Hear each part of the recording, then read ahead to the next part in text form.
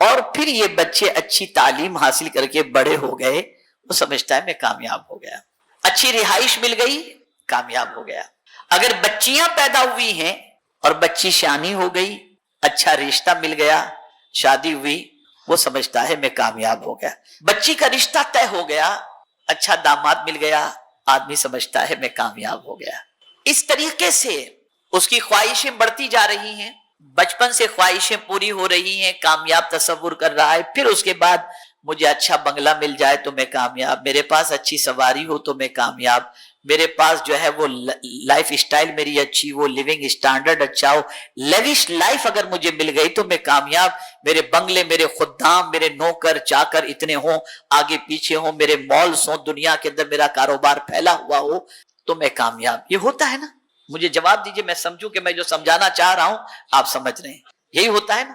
اور یہی وجہ ہے، اب میں جو نقطہ عرض کرنے جا رہا ہوں، یہی وجہ ہے کہ غریب آدمی کسی بنگلے والے کو دیکھتا ہے اور اس کی عالی شان کار کو دیکھتا ہے، دروازہ کھولنے والے خدام کو دیکھتا ہے تو کہتا ہے کتنی اچھی زندگی ہے یار، کتنی کامیاب، اس کو تو کوئی ٹینشن ہی نہیں۔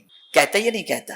بھئی آپ اگر سیلنگ سے جانے کے لیے نکلیں اور حاجی علی کراس کر کے جب اس راستے پر جائیں تو کنارے پر جتنے بھی بنگلے آپ کو نظر آئیں گے اس کو حسرت بھری نگاہوں سے دیکھیں گے، کیسے رہتے ہوں گے، تازی فریش ایئر، کتنی لیوش لائف ہے ان لوگوں کی، یہ فیلنگ ہوتی، یہ کامیابی کا۔ آہستہ آہستہ آپ کو جو چیزوں سے محبت تھی، توجہ چاہوں گا، جو چیزوں سے محبت تھی، جو دنیا سے محبت تھی، دنیا کے مال و زر سے محبت تھی، بنگلوں سے محبت تھی، کار سے محبت تھی، آسائش کے سامان سے محبت تھی، اب آپ کی عمر ڈھلنے لگی، سفیدی آ گئی، ہاتھ پیر کے اندر کمزوریاں پیدا ہو گئیں، تو اب ان چیزوں سے نفرت شروع ہو گئی، اب یہ چیزیں اچھی نہیں لگتی، پھر گلٹی فیل ہوتی ہے، یار میں نے اس کو دھوکہ دے کے کمایا ہے، میں نے غلط کیا، میں نے چیٹنگ کر کے کمایا ہے، میں نے غلط کیا، پھر وہ احساس ضمیر کے اندر، اب وہ شخص کیا کہتا ہے، اب پورا کامیابی کا تصور چینج ہو گیا،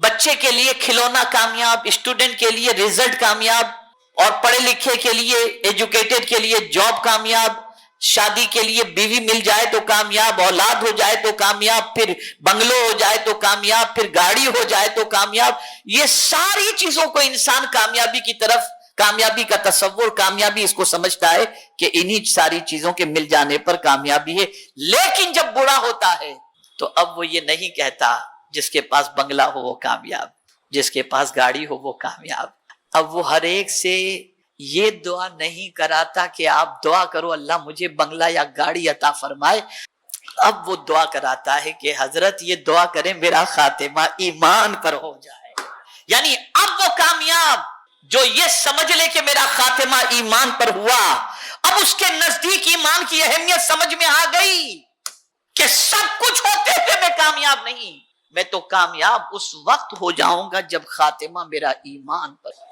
اس وقت ایمان کی اہمیت سمجھ میں آتی ہے، اس وقت ایمان کا مقام سمجھ میں آتا ہے، اور پوری زندگی بے ایمانی اور چیٹنگ کر کے جو دنیا جمع کی، اس دنیا سے پھر نفرت پیدا ہو جاتی ہے، اور انسان یہ تصور کرنے لگتا ہے یہ سب بے وفا ہے۔ خدا کی قسم میں آپ کو کیا بتاؤں، یہ پوری دنیا بے وفا ہے، آپ نے پوری زندگی محنت کر کے بنگلو بنا لیے، گاڑی بنا لی، سب کچھ آپ نے بنا لیا، جسم سے روح کا رشتہ ٹوٹا نا، یہ کہہ دے گی بھیا اب تیرا میرا کوئی تعلق نہیں، بنگلہ بھی کہہ دے گا تیرا میرا کوئی تعلق نہیں، کار کہہ دے گی تیرا میرا کوئی تعلق نہیں، حد تو یہ ہے کہ شادی شدہ تھے، عدت گزرنے کے بعد بیوی کو بھی اگر کوئی اچھا رشتہ مل گیا تو بیوی بھی دوسرے سے شادی کر کے پہلے، یہ دنیا بے وفا ہے۔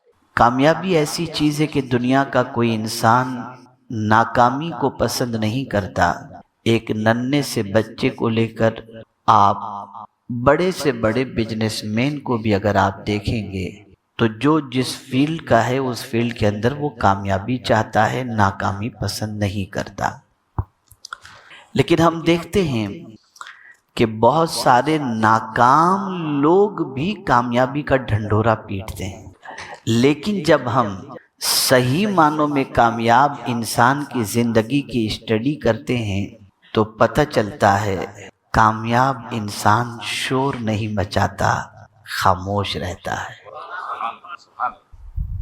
اس کی کامیابی اور اس کا کام شور مچاتا ہے، وہ چپ رہتا ہے۔ مولانا روم رحمت اللہ تعالی علیہ نے 5 عادتوں کا ذکر فرمایا جو کامیاب لوگوں کی عادت ہے۔ سب سے پہلی خاموش عادت کامیاب انسان کی یہ ہوتی ہے کہ وہ خاموشی سے محنت کرتا ہے۔ آپ دیکھتے ہوں گے جو بچے کچھ ٹارگیٹ اچیو کرنا چاہتے ہیں، IPS IAS آفیسر بننا چاہتے ہیں، وہ خاموش کمرے میں بیٹھ کر اسٹڈی کرتے ہیں اور خاموشی سے سب سے کٹ کر اسٹڈی کرتے ہیں، مل کر کے نہیں۔ ان کا تعلق کھیل سے ختم ہو جاتا ہے، ان کا تعلق سوشل میڈیا سے کم ہو جاتا ہے، ان کا تعلق دوستوں سے کم ہو جاتا ہے۔ وہ ایک خاموشی سے کونا پسند کر لیتے ہیں اور اس کمرے میں بیٹھ کر کے وہ محنت کرتے ہیں۔ ان کی محنت خاموش محنت ہوتی ہے۔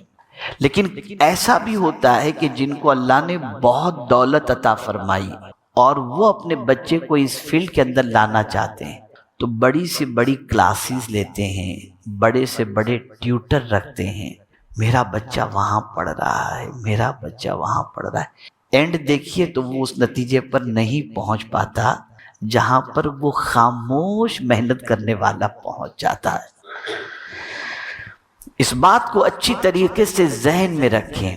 یہ جملہ، یہ سینٹنس اگر آپ کے ذہن میں بیٹھ جائے تو میں یقین کے ساتھ کہہ سکتا ہوں کہ کامیاب انسان کی جو پہلی عادت ہے وہ عادت آپ کی زندگی میں انشاءاللہ آ جائے گی۔ جملہ کیا ہے؟ کامیاب انسان محنت کا شور نہیں کرتا، اس کا نتیجہ شور مچاتا ہے، رزلٹ شور مچاتا ہے۔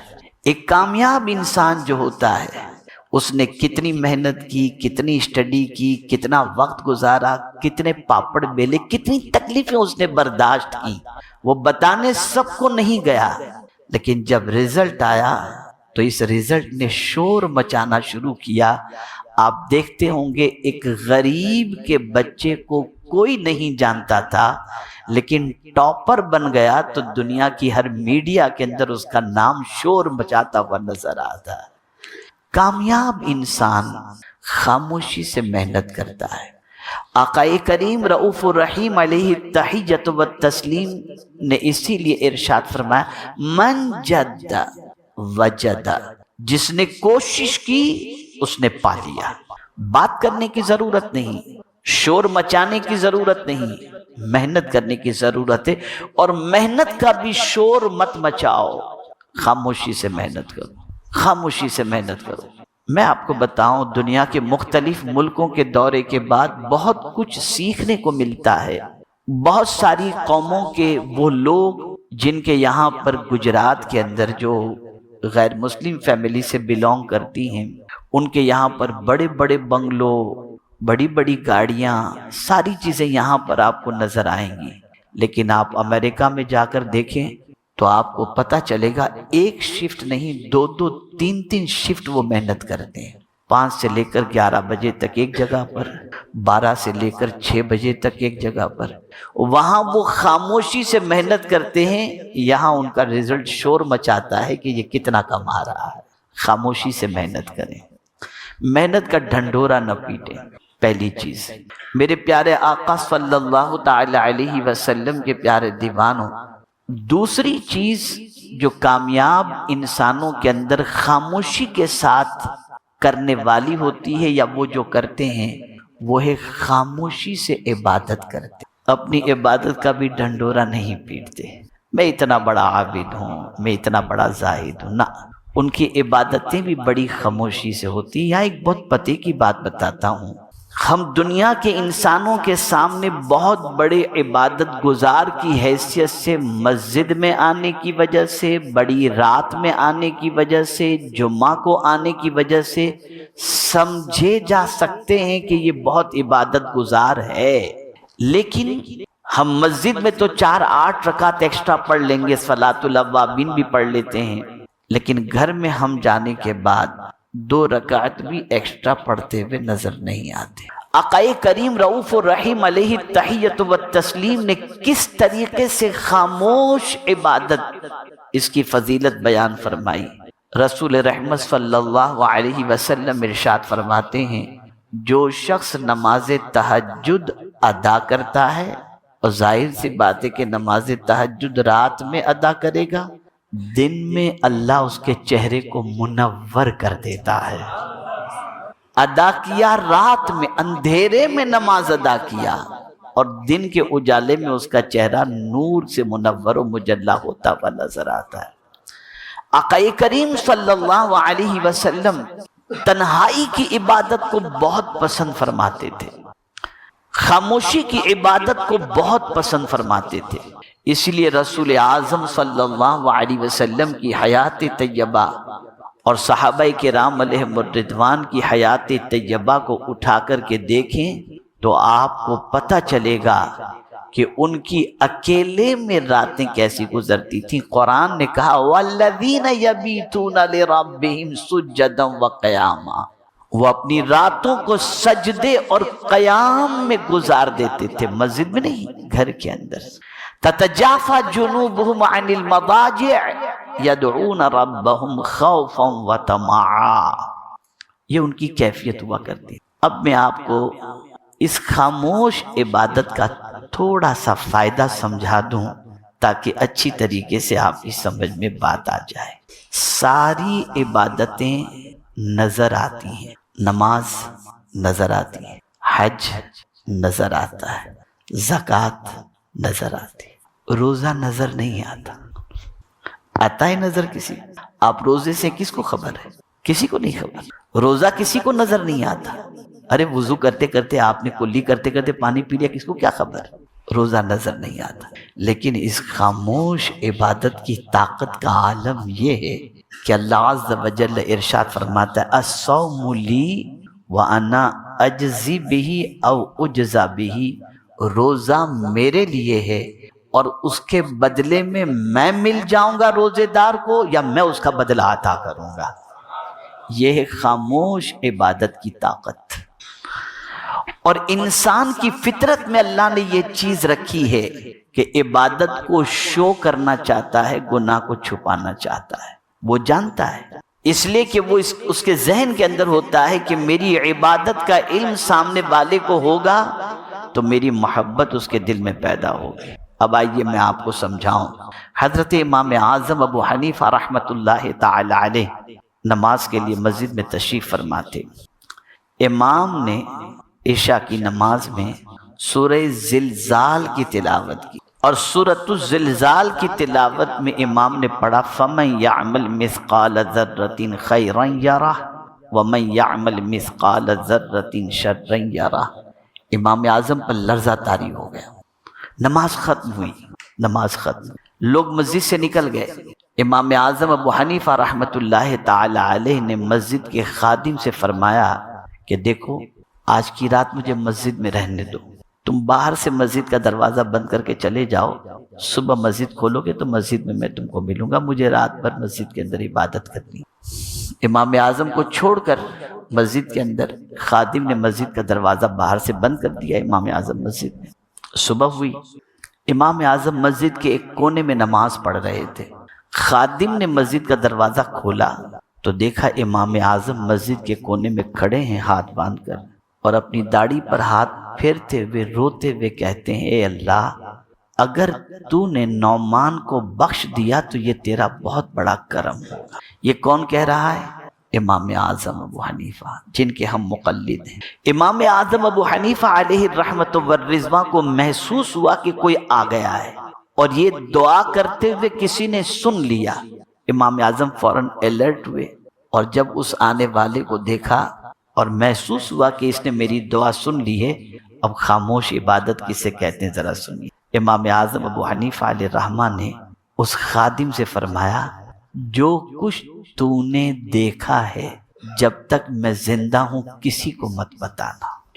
اس کو میں بہت چھوٹے سے سینٹنس میں سمجھاؤں، اللہ والے عبادت کو چھپایا کرتے ہیں، چھپایا نہیں کرتے، اس لیے کہ خاموش عبادت میں پیورٹی ہوتی ہے، خاموش عبادت میں پیورٹی ہوتی ہے، وہ جانتا ہے، اس کا خدا جانتا ہے۔ ایک بڑے عظیم بزرگ کا ایک قول میں آپ کی سماعتوں کے حوالے کروں۔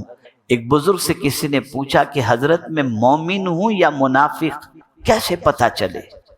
میں مومن ہوں یا منافق کیسے پتہ چلے؟ وہ بزرگ فرماتے ہیں تیری نماز جو تو لوگوں کے سامنے پڑھتا ہے اور اکیلے میں پڑھتا ہے، اگر لوگوں کے سامنے نماز جو پڑھتا ہے اس سے اچھی نماز تو اکیلے میں پڑھ تو مومن ہے، تو مومن۔ اور یہ خاموش عبادت کی بڑی طاقت ہے، بڑی قوت ہے۔ تو کامیاب انسان عبادت بھی کرتا ہے تو خاموشی کے ساتھ کرتا ہے، اپنی عبادت کے ڈھنڈورے نہیں پیٹتا۔ آپ کسی بھی کامیاب انسان کو دیکھ لیجئے، ہاں اتنا ضرور ہوتا ہے کہ جو قریب کے مریدین معتقدین ہوتے ہیں ان کو بھی تاکید ہوتی ہے کہ جیتے جی نہ بتانا، ہم جب اس دنیا سے چلے جائیں اس کے بعد تم کو بتانا ہو تو۔